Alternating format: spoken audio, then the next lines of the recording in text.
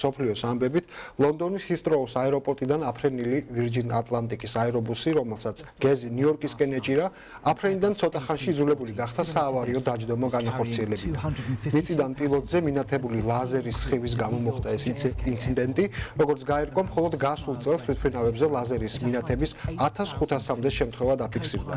თუმცა ეკიპაჟები მსგავს შემთხვევაში საავარიო დაჯდომას ყოველთვის არ ახორციელებენ. BBC News-ის მიერ გავრცელებულ მასალას უყურებთ.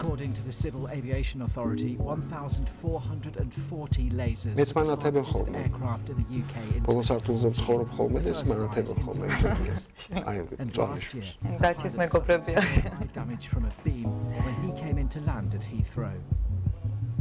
შაბათ კვირას განსაკუთრებით დაძაბული აღმოჩნდა მდგომარეობაში სირიაში. თურქეთმა შაბათს დაიწყო სირიის ქალაქ ალეპოს მისადგომების დაბომბვა.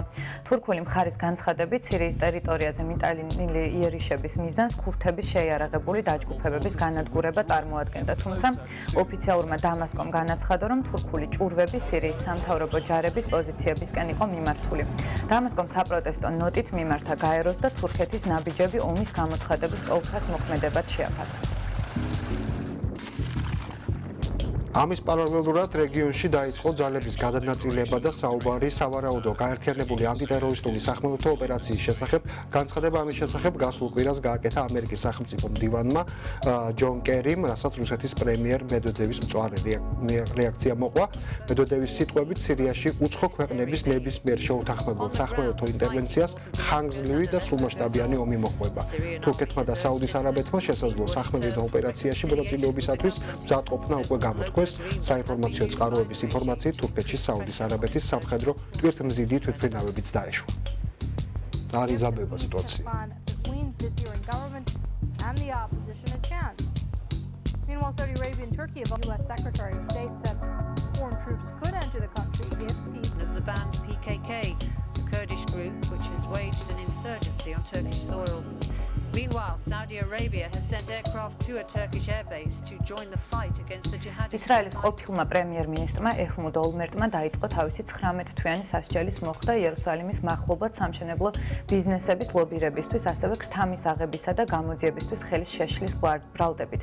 ეჰუდ ოლმერტი პირველი ისრაელის პრემიერია, რომელსაც სასჯელის მოხდა ციხეში მოუწევს. ციხეში შესვლამდე გავრცელებული ვიდეო მიმართვაში ეჰუდ ოლმერტმა უარყო მის წინააღმდეგ წაყენებული ბრალდებები და ისრაელის მოქალაქეებს მოუწოდა, რომ მის სამშვიდობო ინიციატივით დაემახსოვრებინათ. გასული კვირის ბოლოს რომის პაპი ფრანცისკე მექსიკას ეწვია. დღეს ის ქალაქ მეხიკოს ერთ-ერთ ყველაზე კრიმინალურ უბან იკათეპეკში წირვაზე შეკრებილ მორწმუნეებს ვერ ფრენით მოევლინა, შეგვიძლია ასე ვთქვათ. Deutsche Welle-ის ინფორმაციით, წირვას 300,000 ადამიანი დაესწრო, ბევრ მექსიკელ მორწმუნეს მეხიკოში ჩამოსვლა მოშორებული რეგიონებიდან მოუწია, ათასობით ადამიანი ღამეს ტრიალ მინდორში საძილე ტობრებში გახვეული ათენ. Deutsche Welle-ის მიერ გავრცელებულ ვიზუალურ მასალას ვუყურებთ. The open-air mass was expected to be the biggest single event in the Pope's 5-day itinerary. In his sermon, he repeated his message of encouragement, urging people to resist the temptations of wealth and corruption.